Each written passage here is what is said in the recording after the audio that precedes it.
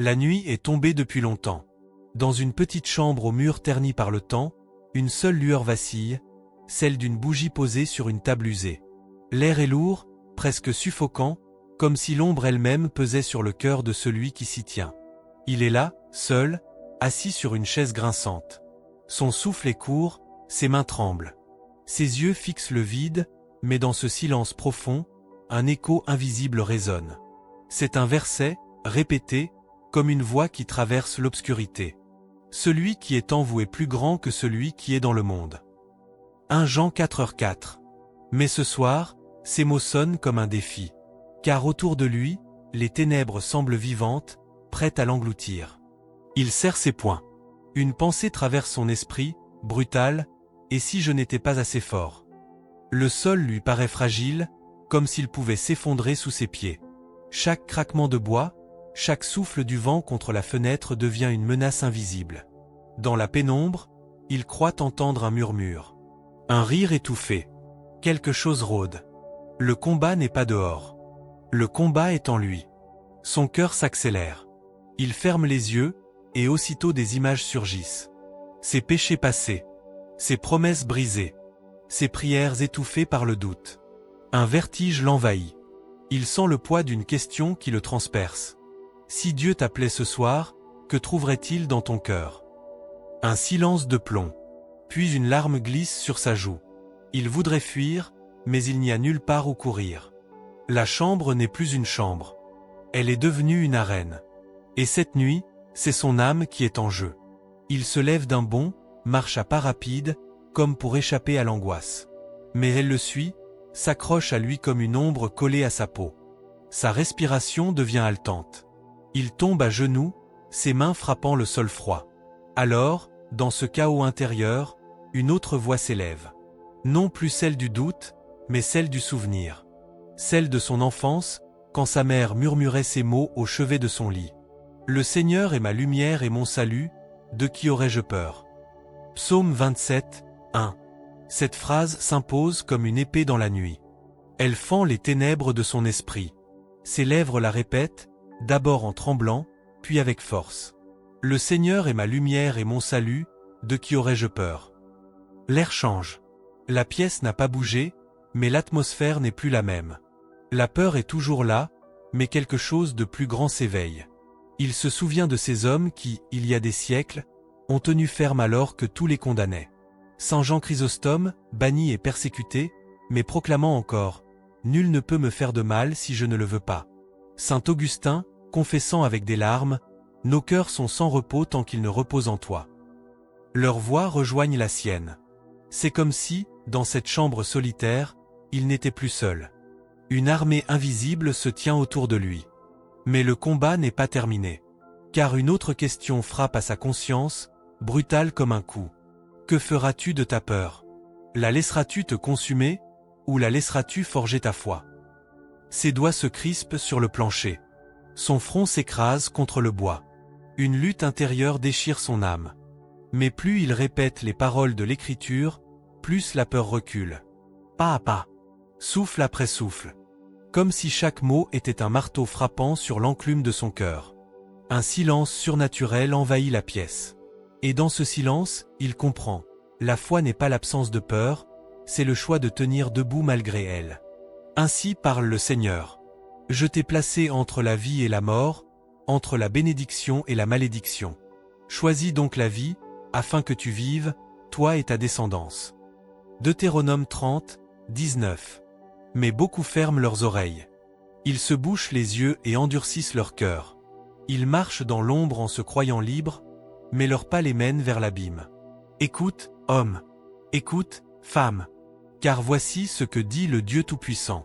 Celui qui aime son âme la perdra, mais celui qui est sa vie dans ce monde la gardera pour l'éternité. Jean 12h25. Pourquoi cours-tu après le vent? Pourquoi t'attaches-tu à ce qui périt? Tes richesses brûleront, tes plaisirs se dissiperont comme la brume au matin. Mais ton âme demeure. Et ton âme sera pesée dans la balance du Dieu vivant. Ainsi parle l'Esprit. Les yeux du Seigneur parcourent toute la terre pour soutenir ceux dont le cœur est tout entier à lui.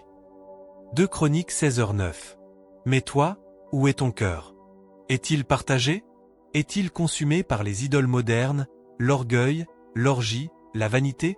Ou bien est-il brisé, humble, prosterné devant celui qui est 3 fois saint?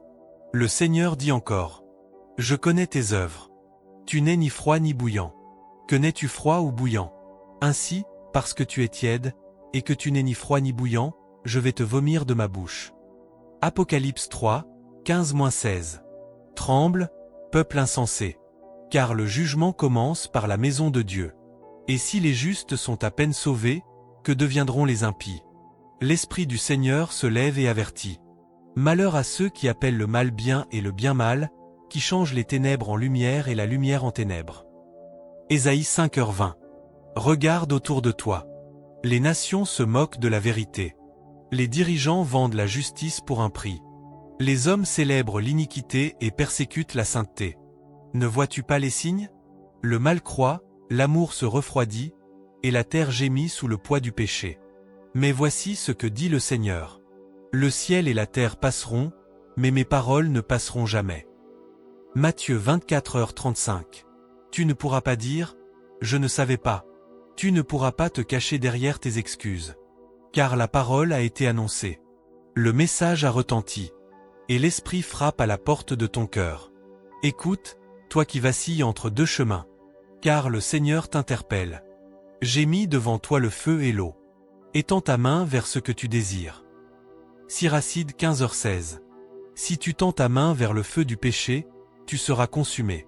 Mais si tu tends ta main vers l'eau vive, tu boiras et tu ne mourras jamais. Le Seigneur des armées dit: Revenez à moi de tout votre cœur, avec des jeûnes, des pleurs et des lamentations.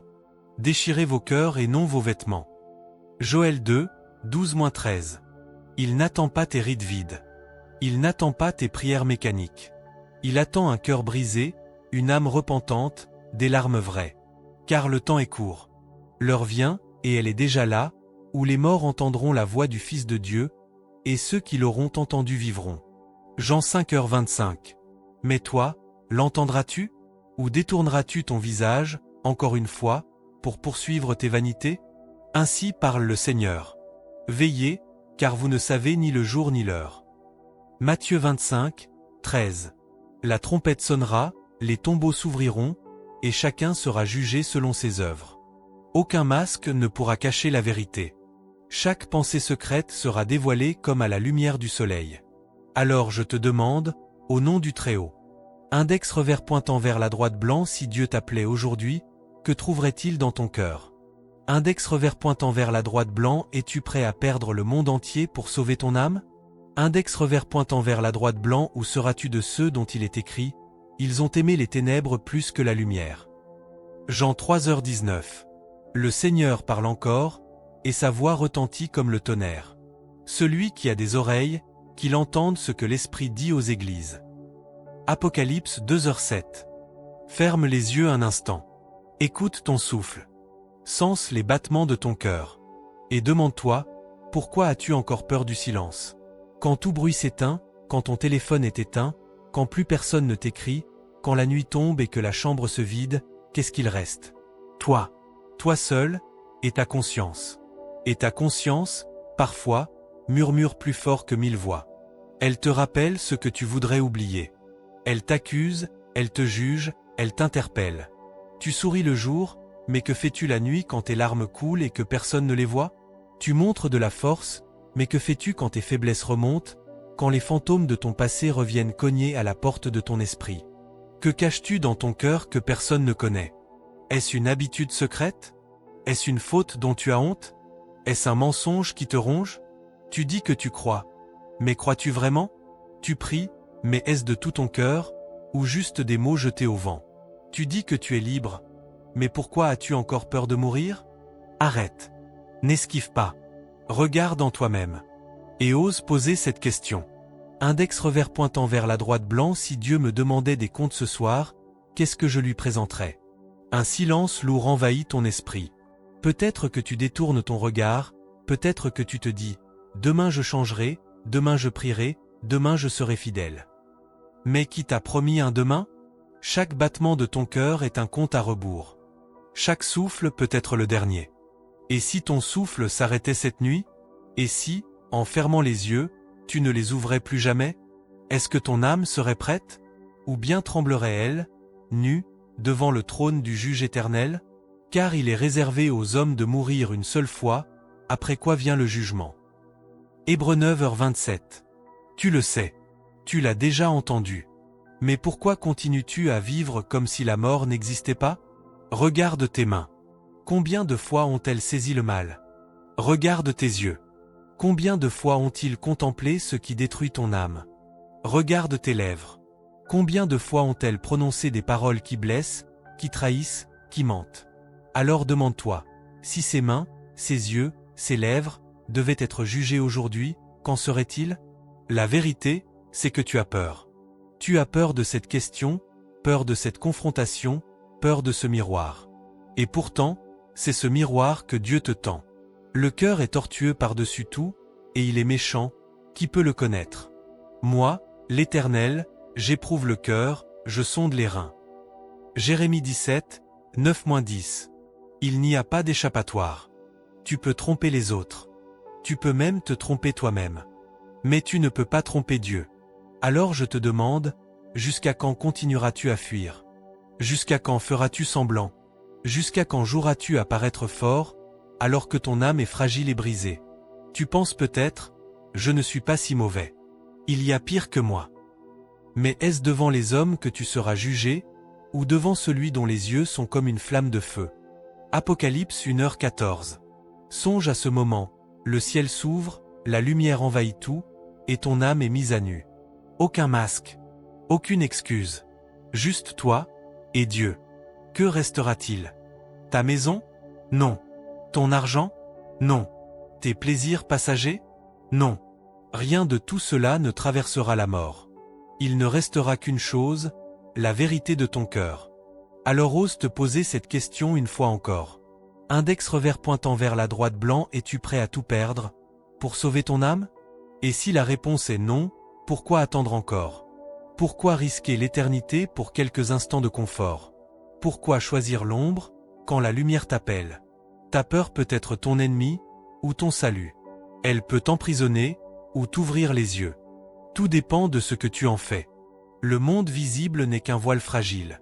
Derrière chaque rayon de lumière se cachent des ténèbres invisibles. Derrière chaque sourire se cache parfois une plaie profonde. Et derrière chaque battement de cœur, il y a un mystère que seul Dieu connaît. L'âme humaine, elle est comme un océan. À la surface, les vagues paraissent paisibles, mais dans les profondeurs, il y a des courants sauvages, des tempêtes muettes, des abîmes où même la lumière ne descend pas. Les choses cachées appartiennent à l'Éternel, notre Dieu. Deutéronome 29, 29. Et pourtant, cet océan intérieur, Dieu l'explore. Ses yeux scrutent chaque recoin, ses mains touchent chaque cicatrice. Rien ne lui échappe. Chaque larme que tu as versée est une perle recueillie dans la coupe de son amour. Chaque soupir étouffé dans la nuit est un encens qui monte jusqu'à son trône. Chaque cri silencieux que personne n'a entendu. Lui, il l'a entendu. Mais l'âme n'est pas seulement un lieu de beauté. Elle est aussi un champ de bataille. Un champ où s'affrontent les ombres et la lumière, où les racines du mal cherchent à étouffer les graines du ciel. Le royaume de Dieu est au-dedans de vous. Luc 17h21. Et c'est là que la guerre se joue. Parfois, tu le sens. Comme une brume lourde qui envahit ton cœur, comme une voix qui te murmure. À quoi bon? Tu n'y arriveras pas. Tu es trop faible. Et en face, une autre voix, douce mais ferme, ne crains rien, car je suis avec toi. Ésaïe 41, 10. Ces deux voix s'affrontent, et ton âme devient une arène invisible. Chaque pensée est une flèche. Chaque choix est une épée. Chaque silence est une porte ouverte soit à Dieu, soit à l'ennemi. Regarde les étoiles dans la nuit. Elles brillent parce qu'elles traversent l'obscurité. Ainsi est la foi, une lumière fragile, mais indestructible, plantée dans un ciel noir. Mais attention, car l'ombre est rusée. Elle ne se montre pas toujours sous un visage effrayant. Non. Souvent, elle vient comme une caresse, comme une promesse douce, comme une tentation séduisante. Et tu ne sais pas que, derrière ce voile de miel, se cache un poison mortel. Satan lui-même se déguise en ange de lumière. 2 Corinthiens 11h14. Alors, comment ton âme peut-elle résister? En devenant un autel. Un autel où le feu ne s'éteint jamais. Car le feu de Dieu est une flamme mystérieuse. Il brûle, mais il purifie. Il consume, mais il éclaire. Il détruit ce qui est impur, mais il élève ce qui est saint. Ton cœur doit devenir cet autel. Tes larmes, l'offrande. Tes prières, la fumée qui monte.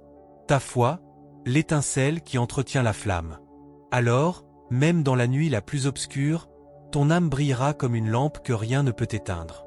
Mais écoute bien, si tu éteins cette flamme, ton cœur deviendra froid comme une tombe. Et dans ce froid, les ténèbres s'installent. Elles rampent doucement, elles s'enracinent, elles consument sans bruit. Quand l'esprit impur est sorti d'un homme, il va par des lieux arides, cherchant du repos.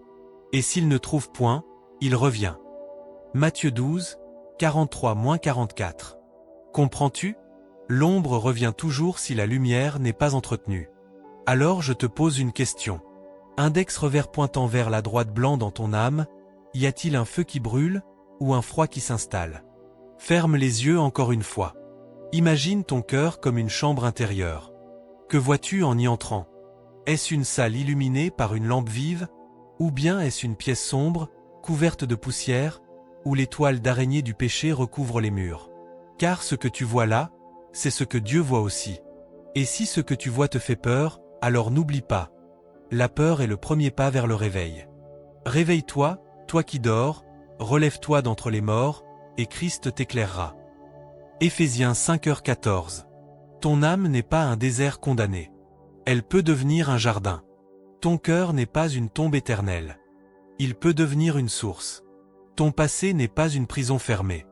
Il peut devenir un témoignage de gloire. Mais tout dépend d'un choix. Un choix que toi seul peux faire, là, maintenant. L'histoire de la foi est écrite avec du sang.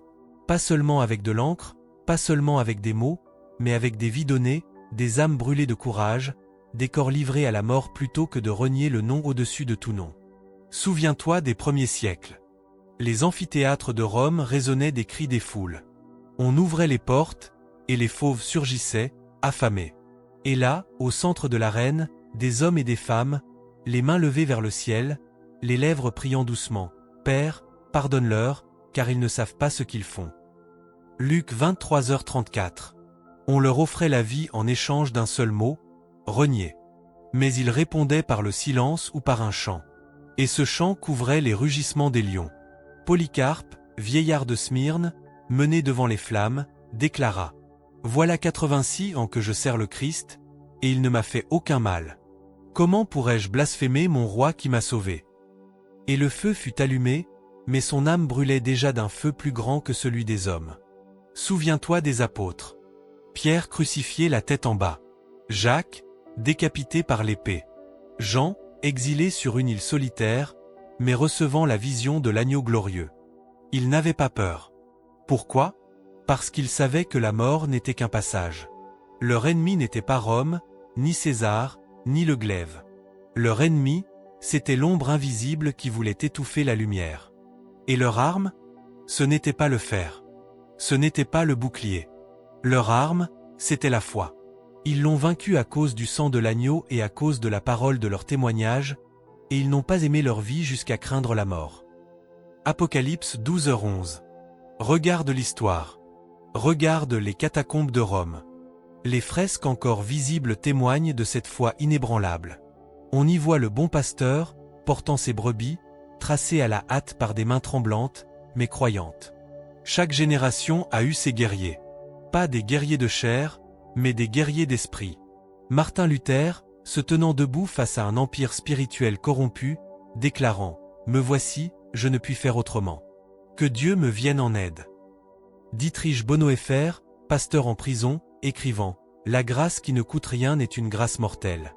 La grâce véritable coûte tout, car elle coûte ta vie. » Et des milliers d'anonymes, jamais connus, mais inscrits dans le livre de vie, qui ont refusé de plier le genou devant les idoles. Le combat continue. Aujourd'hui, il n'y a plus de lions dans les arènes, mais il y a d'autres bêtes.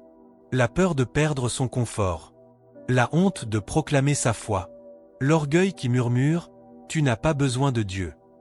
Et toi, es-tu prêt à combattre? Car la bataille n'est pas terminée. Elle fait rage dans les rues, dans les familles, dans les pensées. Nous n'avons pas à lutter contre la chair et le sang, mais contre les dominations, contre les autorités, contre les princes de ce monde de ténèbres. Éphésiens 6h12. Écoute bien, la foi n'est pas pour les lâches. La foi n'est pas pour les tièdes. La foi est une guerre. Et dans cette guerre, il n'y a pas de neutralité. Si tu ne combats pas, tu seras écrasé. Si tu ne veilles pas, tu seras pris par surprise. Si tu ne tiens pas ferme, tu tomberas. Revêtez-vous de toutes les armes de Dieu, afin de pouvoir tenir ferme contre les ruses du diable. Éphésiens 6h11. Ce n'est pas un jeu. C'est ton âme qui est en jeu. Et chaque jour est une bataille. Alors je te demande.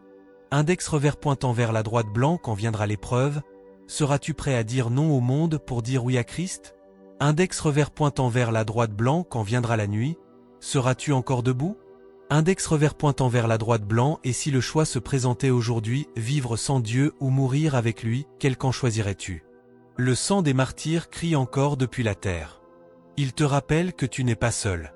Tu n'es pas le premier à être appelé à ce combat, et tu ne seras pas le dernier. Car l'Église ne s'est pas bâtie sur les pierres des temples, mais sur les vies offertes comme des sacrifices vivants. Sois fidèle jusqu'à la mort, et je te donnerai la couronne de vie. Apocalypse 2h10.